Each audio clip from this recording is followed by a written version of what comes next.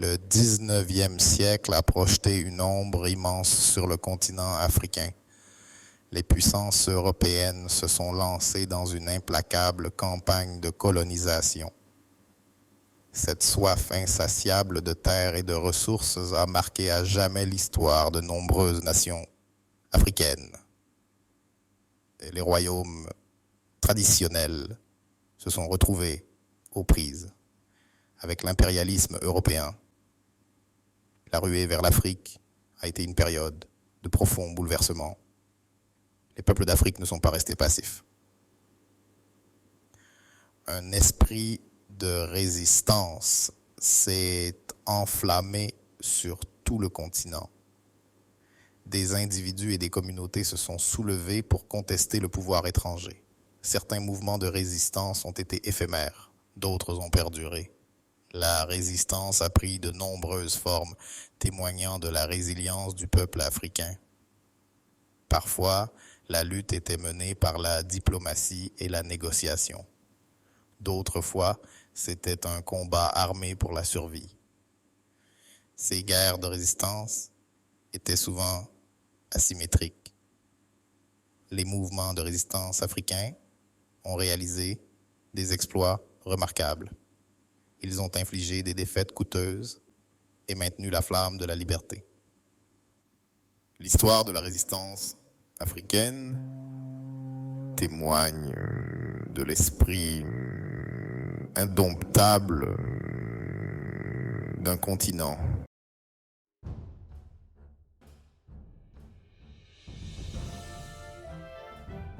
Dans ce paysage tumultueux d'expansion coloniale et de résistance africaine,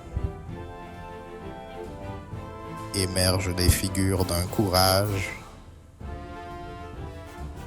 d'une vision et d'un leadership extraordinaire. Parmi ces figures imposantes se dresse Samori Touré, un nom synonyme de résistance, de prouesse militaire et de la poursuite inébranlable de la souveraineté. Né vers 1830 dans la région de Bissandougou, dans l'actuelle Guinée. Sa région natale, carrefour d'échanges commerciaux et culturels, était remodelée par les ambitions expansionnistes des empires voisins et l'influence croissante des puissances européennes. Dès son plus jeune âge, Samori a fait preuve de qualité de leadership exceptionnelle. L'ascension de Samori au pouvoir coïncide avec l'empiètement croissant des ambitions coloniales françaises en Afrique de l'Ouest.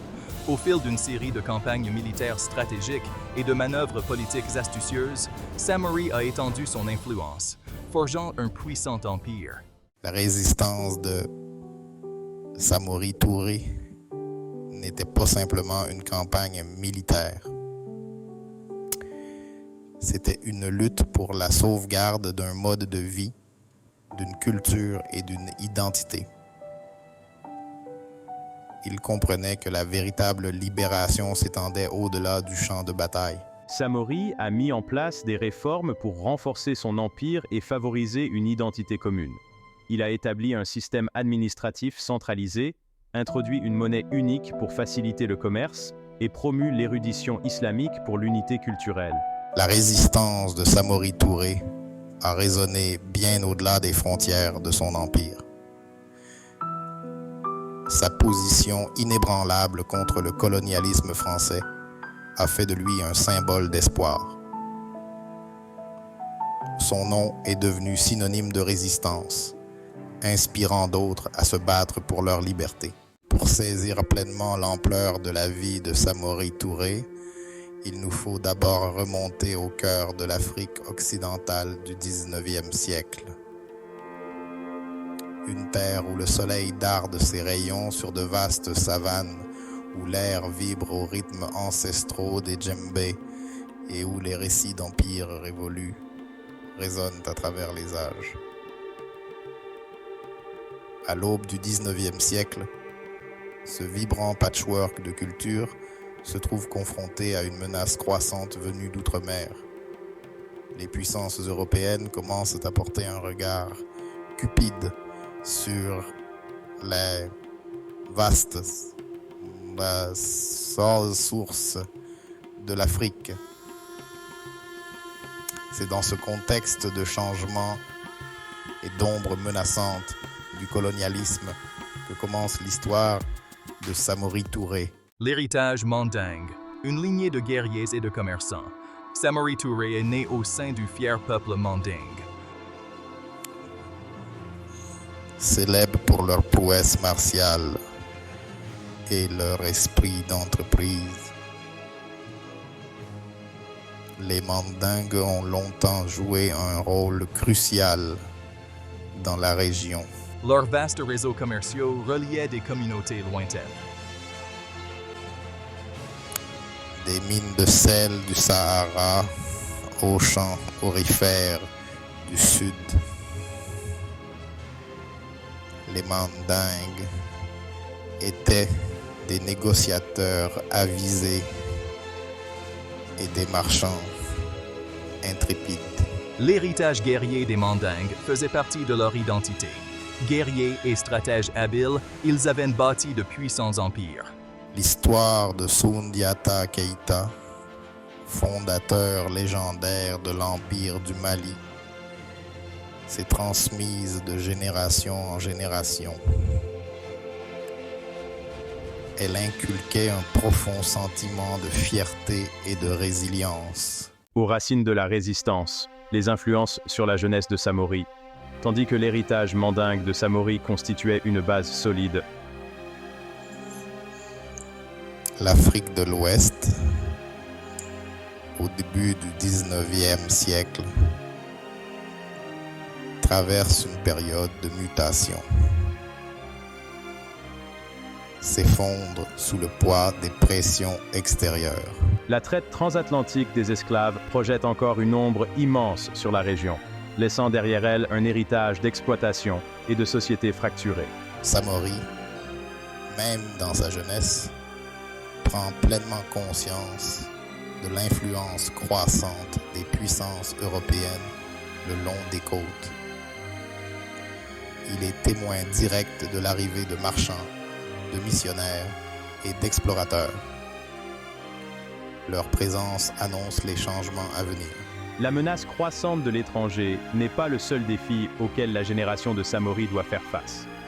En interne, l'Afrique de l'Ouest lutte contre ses propres crises.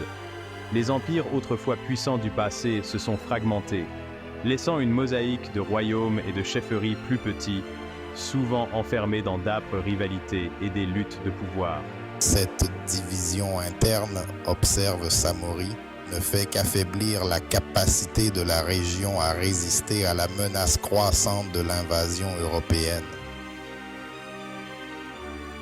Il comprend qu'un front uni est nécessaire, une prise de conscience qui deviendra plus tard une pierre angulaire de son propre mouvement de résistance. La jeunesse de Samori est également marquée par une tragédie personnelle. La perte de son père à un jeune âge l'oblige à mûrir rapidement et à assumer des responsabilités au-delà de ses années. Cette expérience, bien que douloureuse, forge davantage son caractère, lui inculquant un profond sens des responsabilités pour le bien-être de son entourage. Elle le confronte également aux dures réalités de son époque, des réalités qui exigent force, résilience et la volonté de se battre pour ses convictions.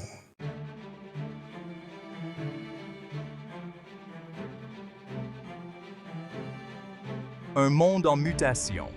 L'essor des puissances coloniales. Le 19e siècle a marqué un tournant dans les relations entre l'Europe et l'Afrique.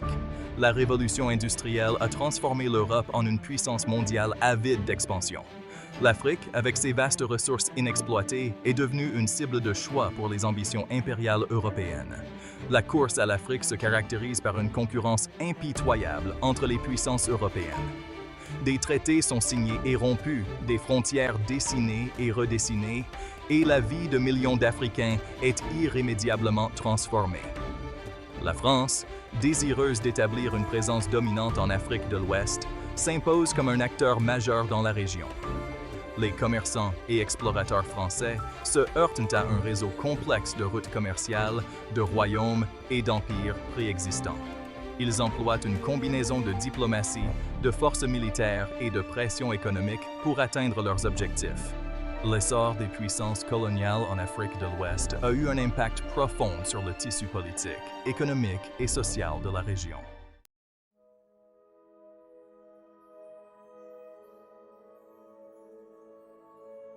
La genèse d'un chef, les années de formation de Samori Touré.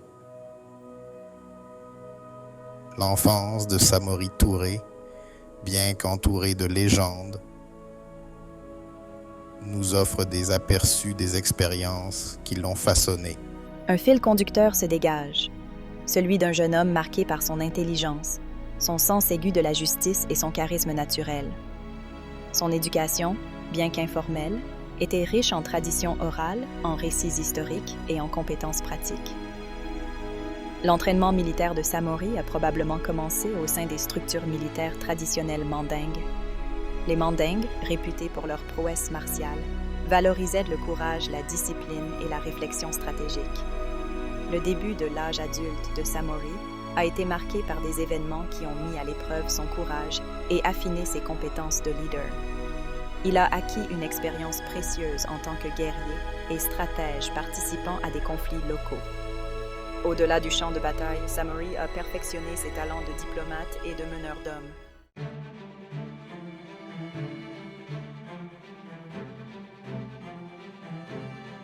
La tempête gronde. Reconnaître la menace coloniale. Au milieu du 19e siècle,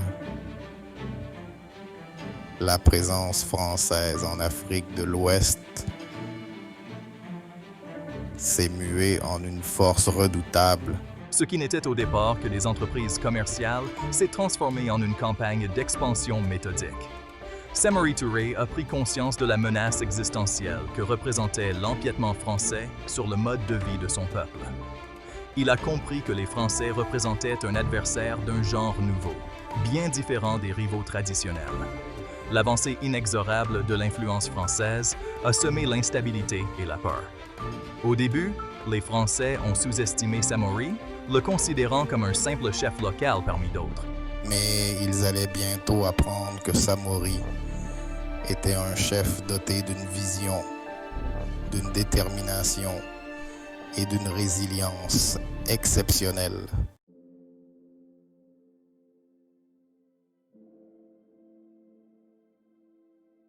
L'ascension vers l'unité, de guerrier à rassembleur.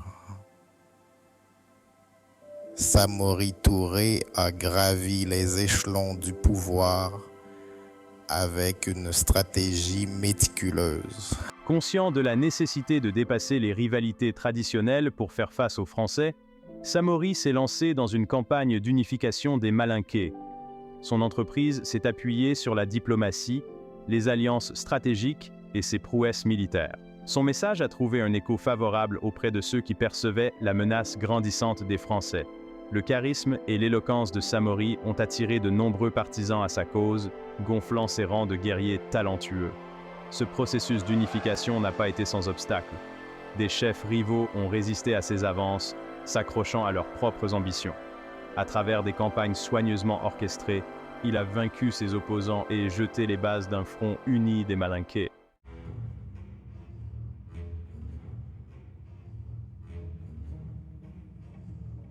Section 3.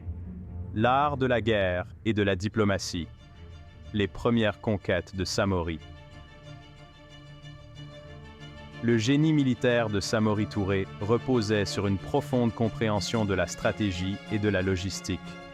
Il adopta une forme de guerre très mobile, s'appuyant sur des raids et des embuscades rapides. L'armée de Samori, bien que manquant de sophistication technologique, était extrêmement disciplinée et motivée. Il développa un réseau efficace d'espions et d'informateurs. Les premiers succès militaires de Samori contre les Français surprirent et alarmèrent les autorités coloniales. Ces victoires remontèrent le moral de ses partisans et attirèrent de nouvelles recrues.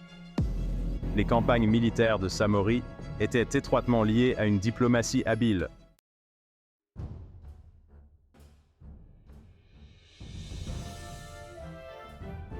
Quatrième partie. Un nouvel empire en plein essor, la naissance du Wassoulou. Avec la puissance grandissante de Samori Touré, sa vision d'une Afrique de l'Ouest unie et indépendante prenait forme. De ses victoires militaires et de l'unité qu'il a su insuffler aux Mandingues est né l'empire du Wassoulou. La fondation de l'empire du Wassoulou représente l'aboutissement de la vision politique et sociale de Samori. Son ambition était de créer un État uni par un sentiment d'identité commune et une loyauté inébranlable envers lui en tant que leader. Samori a mis en place un système de gouvernement centralisé, avec lui-même à sa tête. Il a créé une armée permanente et un système de taxation pour financer son gouvernement et ses forces armées. La création de l'Empire du Wassoulou a marqué un tournant décisif dans la carrière de Samori.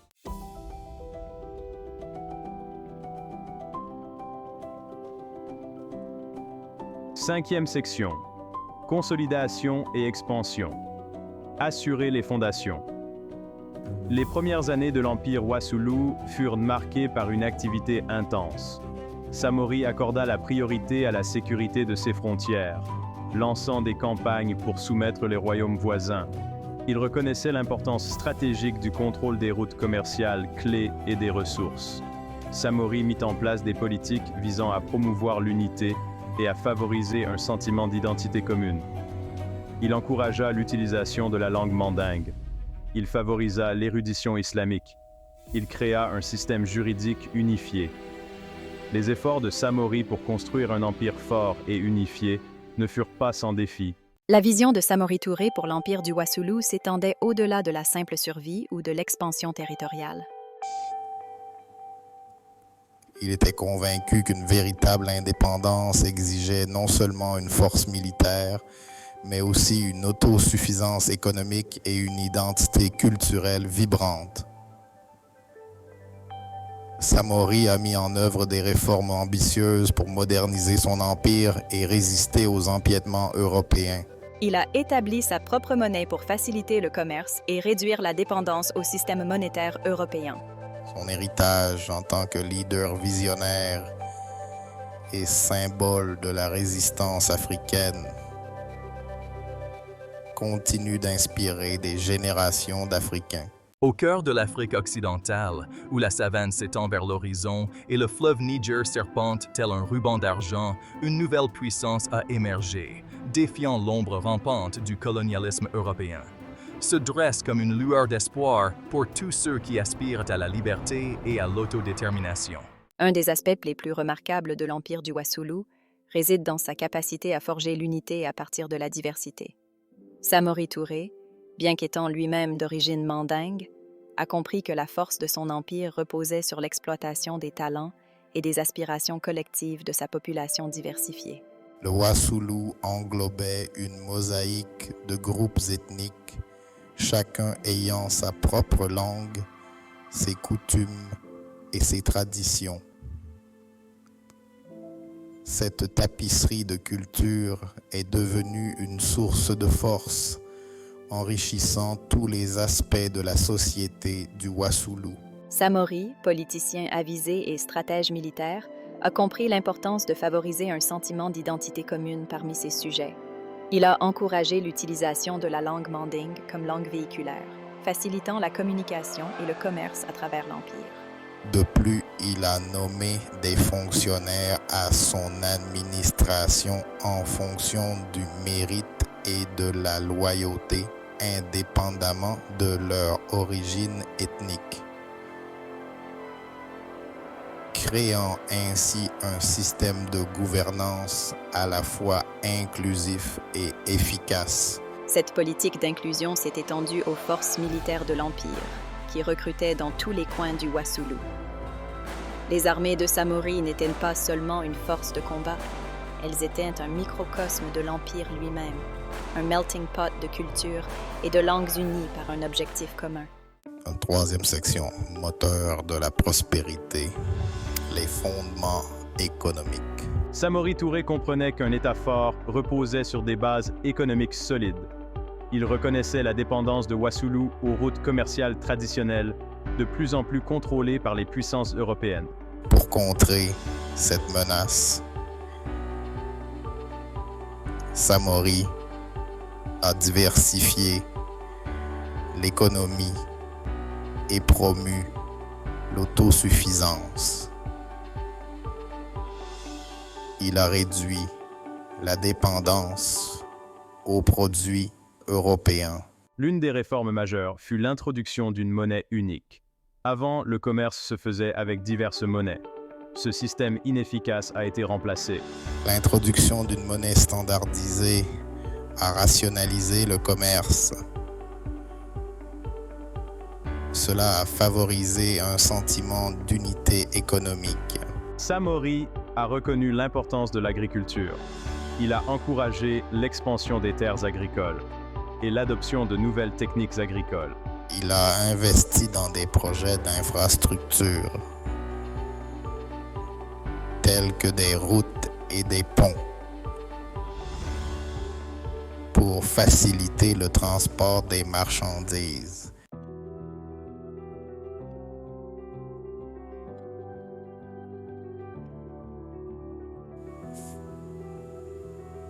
Quatrième partie.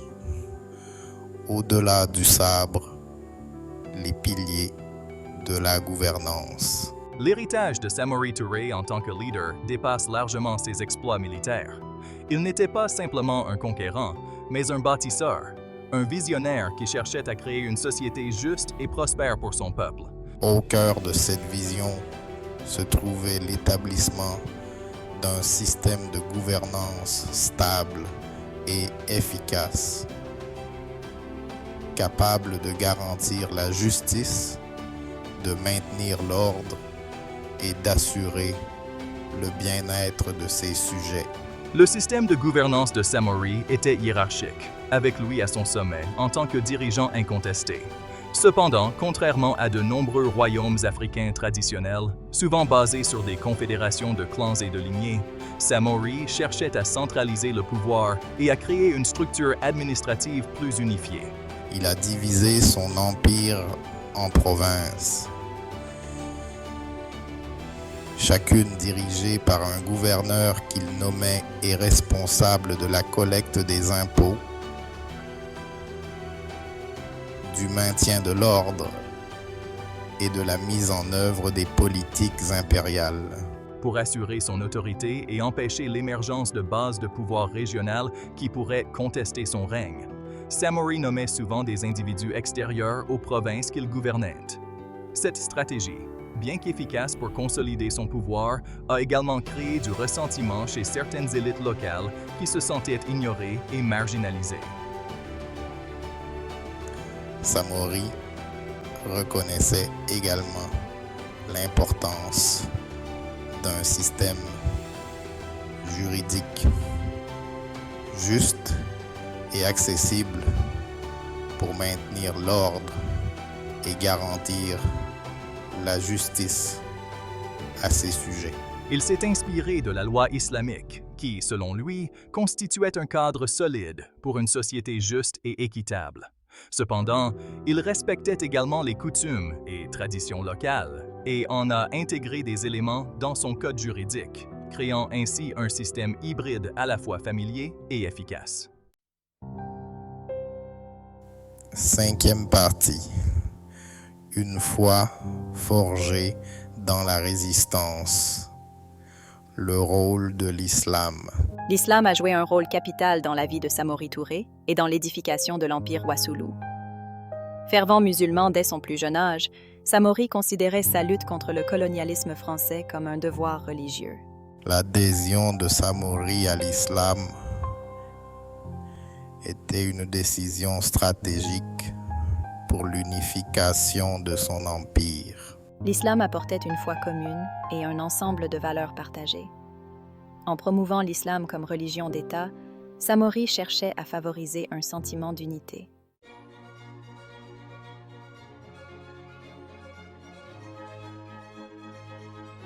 Sixième partie. Renaissance culturelle. L'épanouissement des arts et du savoir. L'Empire Wassoulou, bien que forgé dans le creuset de la guerre et de la résistance, ne se définissait pas uniquement par le conflit. Samori Touré, homme de vision et d'ambition, comprenait qu'une véritable indépendance s'étendait au-delà du champ de bataille. Il reconnaissait l'importance de cultiver une identité culturelle vibrante, une identité qui célébrait le riche héritage de l'Empire, tout en embrassant l'innovation et la curiosité intellectuelle. Sous le patronage de Samori, le Wassoulou a connu une renaissance culturelle. Il a encouragé les arts, attirant à sa cour musiciens, poètes et conteurs. La musique du Wassoulou, avec ses rythmes distinctifs et ses mélodies évocatrices, s'est faite connaître dans toute l'Afrique de l'Ouest, célébrant les héros de l'Empire, déplorant ses pertes et exprimant les espoirs et les rêves de son peuple. Samori a également reconnu l'importance du savoir et de l'érudition. Il a créé des écoles dans tout son empire, non seulement pour l'enseignement religieux, mais aussi pour l'étude de l'histoire, des mathématiques, de l'astronomie et de la médecine. Il a invité des érudits de toute l'Afrique de l'Ouest à enseigner dans ses institutions, créant une atmosphère intellectuelle dynamique qui a attiré des étudiants désireux d'apprendre et de contribuer à la croissance de l'Empire. L'accent mis sur l'éducation n'était pas seulement une question d'acquisition de connaissances pour elle-même. Il s'agissait de donner des moyens à son peuple, de le doter des compétences et des connaissances dont il avait besoin pour construire un avenir meilleur pour lui-même et ses enfants.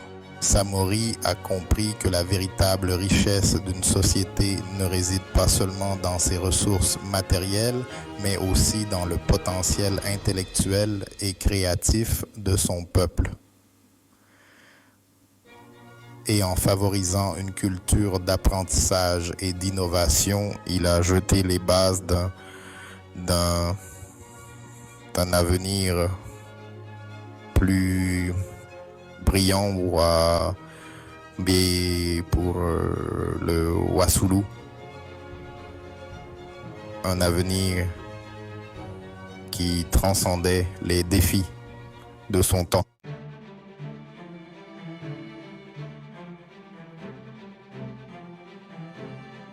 Section 1. L'affrontement inévitable. Les germes du conflit. La montée en puissance de l'Empire du Wassoulou ne pouvait qu'entrer en collision avec les ambitions expansionnistes de la France. Poussé par un puissant mélange de cupidité économique, d'ambition politique et son importance stratégique alimentait leur insatiable appétit de conquête. La défaillance de Samori Touré, son existence même en tant que chef d'un État africain puissant et indépendant, était un affront à leur vision soigneusement élaborée de domination coloniale.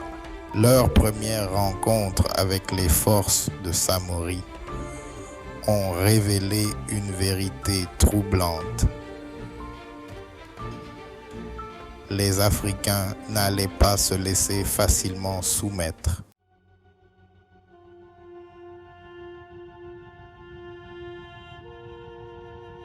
Deuxième partie. Un jeu du chat et de la souris. Premiers engagements. Les premières années du conflit entre le Wassoulou et la France s'apparentent à un jeu mortel du chat et de la souris. Samori Touré adopte une stratégie d'évitement et d'usure. Il refuse de s'engager dans des batailles à grande échelle. Les forces de Samori, extrêmement mobiles, frappent rapidement. Elles tendent des embuscades aux patrouilles françaises. L'immensité de l'intérieur de l'Afrique devient une arme entre les mains de Samori.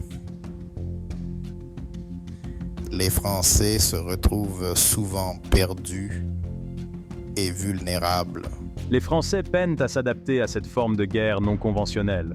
Leur dépendance à l'artillerie lourde se révèle être un handicap.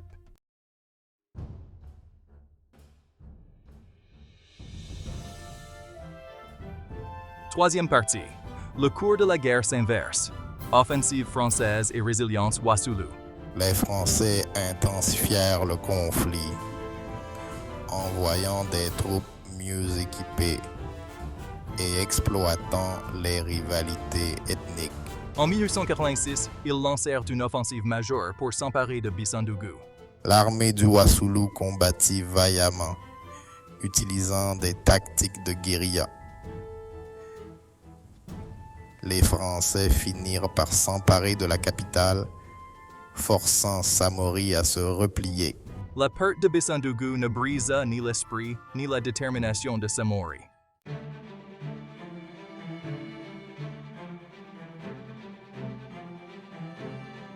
Chapitre 4. Terre brûlée et retraite stratégique. La guérilla de Samori Touré. Face à la puissance écrasante de l'armée française, Samori Touré a recours à la politique de la terre brûlée. Les Français découvrent des villages abandonnés et incendiés, des champs en jachère et des puits empoisonnés.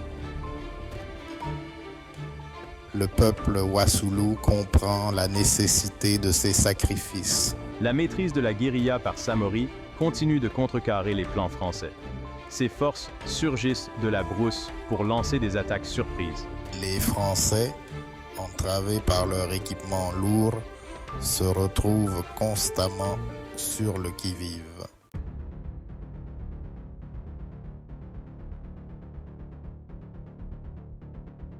Cinquième partie.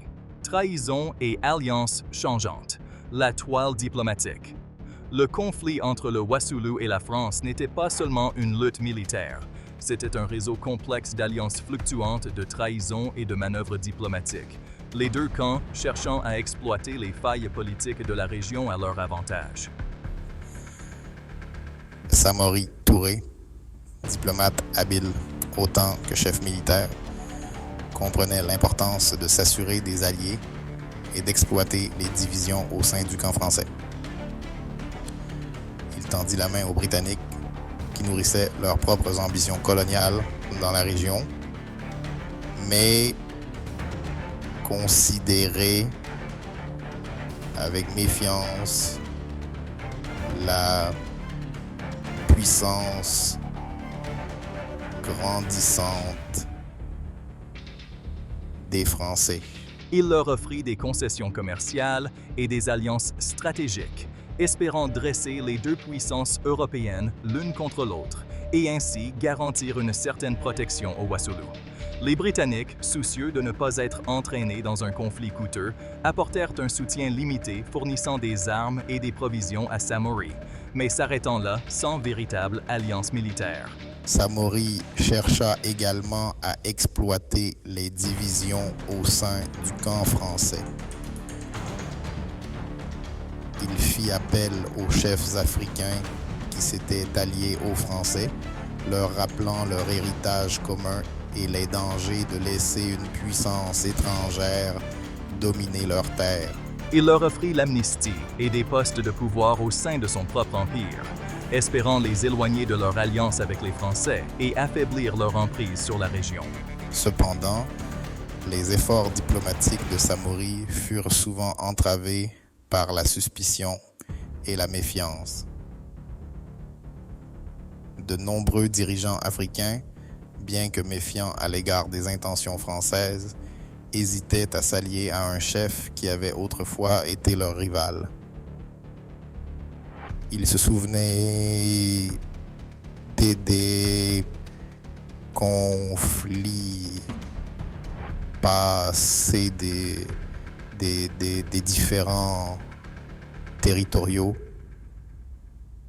et des brutales réalités de la politique du pouvoir dans la région. Leur loyauté envers les Français, bien que souvent fragile, était renforcée par la promesse de protection, l'accès au commerce et la crainte de représailles s'ils changeaient de camp.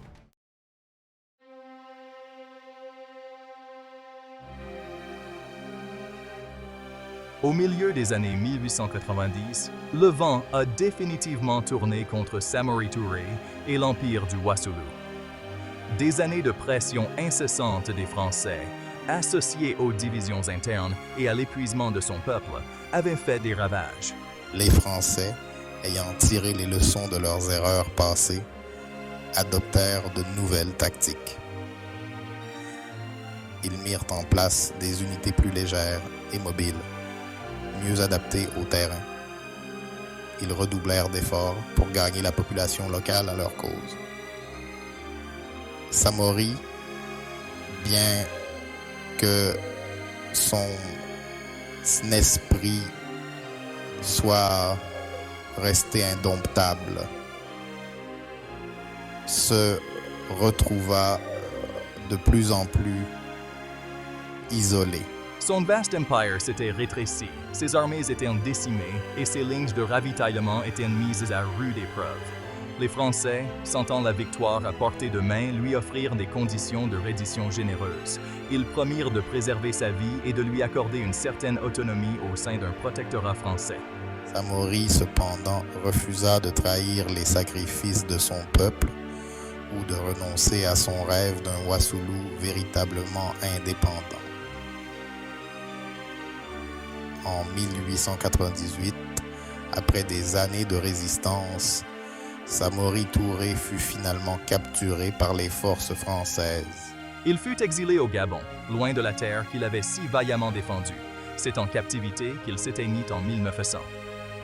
Avec sa capture, l'empire du Wassoulou, autrefois symbole d'espoir pour la résistance africaine, fut formellement intégré au domaine colonial français. La chute du Wassoulou a marqué un chapitre tragique de l'histoire de l'Afrique de l'Ouest. C'est l'extinction d'un rêve d'indépendance qui avait brillé intensément pendant plus d'une décennie. Cependant, l'héritage de Samori Touré, loin d'être diminué par la défaite, n'a fait que se renforcer au cours des années suivantes. Son nom est devenu un cri de ralliement pour les mouvements anticoloniaux à travers le continent. Son histoire est un témoignage de la puissance de la résistance, même face à des obstacles insurmontables. En 1888, le puissant empire Wassoulou, témoignage du génie stratégique de Samori Touré et de la détermination inébranlable de son peuple, se trouve confronté à son heure la plus périlleuse. L'immensité de la savane, autrefois terrain de bataille, où les forces de Samori se déplaçaient avec l'agilité des léopards, semble désormais se resserrer autour d'elle, les chemins de retraite se rétrécissant à chaque saison qui passe. Les Français, ayant appris de leur première sous-estimation du génie militaire de Samori, ont affiné leur tactique. Fini le temps des colonnes lourdes marchant en terrain découvert, proie facile pour les raids rapides et décisifs de Samori. À leur place, les Français déploient des unités plus légères, plus agiles, entraînées à combattre dans la brousse, à anticiper les tactiques de harcèlement qui sont devenues synonymes de la résistance Wassoulou. Pour ajouter à la pression, l'administration coloniale française a déployé son arme la plus insidieuse, la propagande. Dans toute la région, des murmures se répandent sur le déclin du pouvoir de Samori, sur la futilité de poursuivre la résistance, sur les prétendus avantages de la domination française, sur l'amnistie pour ceux qui déposent les armes. Ces murmures, portés par le vent à travers la savane, parviennent aux oreilles des villageois fatigués, des chefs qui remettent en question leur loyauté, des soldats qui se demandent si le moment est venu de chercher une autre forme de paix. L'année 1898 marque un tournant décisif dans la lutte de Samori Touré contre les ambitions coloniales françaises. Affaibli par des années de guerre incessantes, Samori se retrouve pris dans un étau de puissance militaire française. La savane, autrefois son allié, semble désormais conspirer contre lui. Le coup final tombe rapidement et de manière décisive. Les forces françaises lancent une attaque surprise sur son campement. Pris au dépourvu, Samori se bat avec bravoure. Les forces de Samori sont submergées. Le 29 septembre 1898, Samori Touré est fait prisonnier. La nouvelle de sa capture provoque une onde de choc. Pour certains, cela marque la fin d'une époque. Un témoignage de la puissance écrasante de l'impérialisme européen. un symbole de résistance qui incarnait leurs aspirations à la liberté. La froide et dure réalité de la captivité, son esprit indompté, ses yeux brûlants d'une intelligence féroce.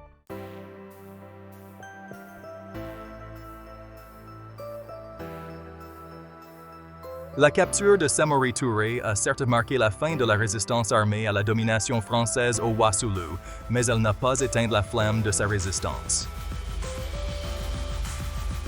Jugé trop dangereux pour rester en Afrique de l'Ouest, où sa simple présence risquait de raviver les braises de la rébellion, Samori est exilé au Gabon, un avant-poste lointain de l'Empire colonial français, sur la côte équatoriale de l'Afrique centrale. Pour Samori habitué à l'immensité de la savane, à la chaleur vivifiante du soleil, au rythme familier de sa patrie, le Gabon a dû ressembler à un autre monde. L'air humide et oppressant, la jungle dense et impitoyable, la cacophonie de son inconnu, tout conspirait à l'isoler davantage, à rompre les liens qui l'unissaient à la terre et au peuple qu'il avait tant lutté pour protéger. Pourtant, même en exil, l'esprit de Samori refuse de se briser. SEO, il continue à imposer le respect même à ses geôliers qui reconnaissent en lui un homme d'une conviction inébranlable, un leader dont le charisme transcende les frontières de la langue et de la culture. Il met à profit son exil pour réfléchir à ses expériences, aux succès et aux échecs de son mouvement de résistance, aux leçons tirées de sa lutte longue et ardue contre l'impérialisme français. L'esprit de Samori, libéré des limites de sa prison physique, demeure une source inépuisable d'idées et de stratégies pour l'avenir.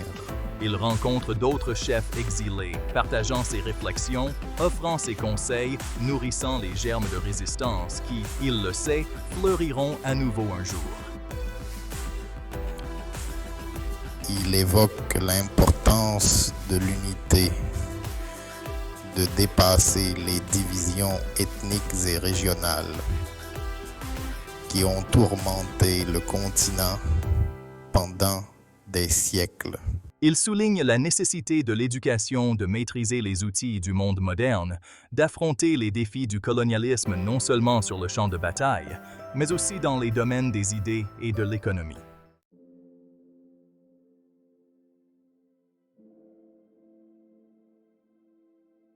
Section 4. L'héritage du lion, l'impact durable de Samori.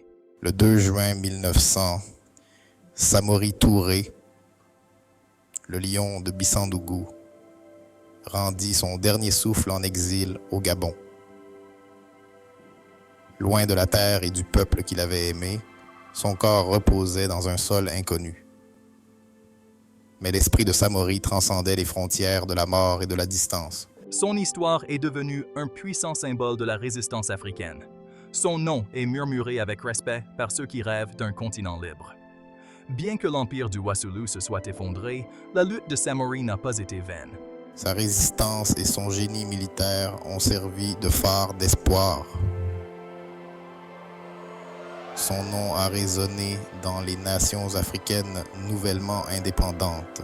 L'héritage de Samori a transcendé la politique et la guerre. Il était un bâtisseur de nations, un unificateur, un leader. Il comprenait que la véritable indépendance exigeait plus que la souveraineté politique. L'histoire de Samori Touré témoigne de l'esprit humain immuable. Son héritage continue d'inspirer des générations d'Africains. Il nous rappelle que la lutte pour la justice est un combat intemporel et universel.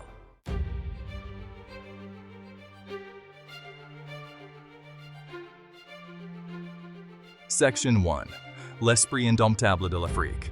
L'histoire de Samori Touré n'est pas seulement le récit historique d'une époque révolue, C'est un puissant témoignage de l'esprit indomptable de l'Afrique. Un esprit qui a traversé des siècles d'adversité, de la traite transatlantique aux brutales réalités du colonialisme, pour en ressortir plus fort, plus déterminé que jamais à forger son propre destin. La résistance de Samori, bien qu'écrasée par la puissance écrasante de la machine coloniale française, a allumé une flamme qui continuera à brûler dans le cœur des générations futures. Elle a inspiré les futurs dirigeants et façonné le cours des mouvements de libération africains tout au long du 20e siècle. Des villes animées aux villages les plus reculés, le nom de Samori Touré est devenu synonyme de courage, de défi, de la foi inébranlable dans le droit des peuples africains à déterminer leur propre avenir. Son image, souvent représentée chevauchant un cheval blanc, épée levée, en signe de défi, les yeux fixés sur l'horizon, ornait les murs des maisons, des écoles et des bâtiments gouvernementaux. Un rappel constant que le combat pour la liberté était loin d'être terminé. Des chansons ont été composées en son honneur, leurs paroles transmises de génération en génération, gardant sa mémoire vivante, leurs mélodies source de réconfort et d'inspiration. L'histoire de Samori a trouvé un écho profond dans un continent aspirant à la libération, à la fin de l'humiliation et de l'exploitation du régime colonial. Son génie militaire, son intelligence stratégique face à un ennemi technologiquement supérieur ont fourni un modèle au futur mouvement de résistance. Un témoignage de la puissance de l'ingéniosité, de la détermination et de l'utilisation stratégique des connaissances locales. Son insistance sur l'unité, sur le dépassement des divisions ethniques et régionales qui ont longtemps tourmenté le continent, a servi de cri de ralliement pour une nouvelle génération de dirigeants panafricains. Ceux-ci envisageaient une Afrique unie et indépendante, prenant la place qui lui revient sur la scène mondiale. L'esprit de Samori Touré était présent dans les couloirs des Nations Unies, alors que les nations africaines, nouvellement indépendantes, hissaient leur drapeau. Leur voix résonnait des exigences d'égalité, d'autodétermination, de la fin de l'héritage du colonialisme. Il était présent dans les rues d'Alger, de Nairobi, de Luanda, alors que des gens ordinaires, armés de rien d'autre que de leurs convictions et de leur foi inébranlable en un avenir meilleur que se levaient pour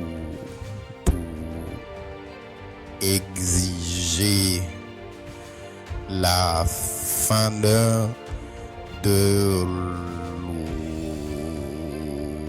l'oppression.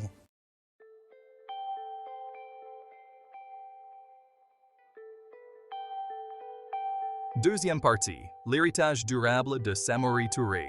L'héritage de Samori Touré s'étend bien au-delà du champ de bataille. Il n'était pas seulement un roi guerrier, mais un bâtisseur de nations. Il reconnaissait l'importance de l'autonomie économique et de l'éducation. Ces efforts ont jeté les bases du développement d'un État africain moderne. L'accent mis par Samori sur l'éducation reflétait sa foi dans le pouvoir transformateur de la connaissance. Il comprenait que pour se libérer du colonialisme, les Africains devaient maîtriser les technologies modernes. Sa vision d'une citoyenneté éduquée inspirerait les générations futures. Les politiques économiques de Samori reflétaient sa compréhension de l'importance de l'autosuffisance économique. Il reconnaissait que la véritable indépendance exigeait le contrôle de ses propres ressources. Sa vision d'une Afrique autonome et prospère continue de trouver un écho aujourd'hui. L'héritage le plus durable de Samori Touré réside peut-être dans le domaine des idées. C'était un visionnaire qui osait imaginer une Afrique unie et indépendante. Un continent qui embrassait sa propre histoire riche et sa diversité culturelle tout en embrassant les possibilités de l'avenir. Ses idéaux panafricains inspireraient des générations d'activistes et de dirigeants politiques.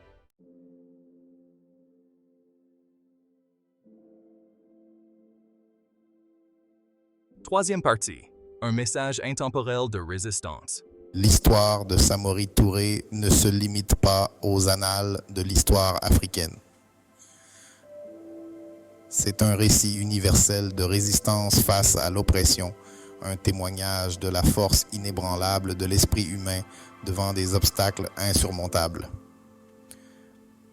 Sa lutte contre le colonialisme français, bien qu'ancrée dans un contexte géographique et historique précis, trouve un écho dans d'innombrables autres combats pour la liberté et l'autodétermination à travers le monde.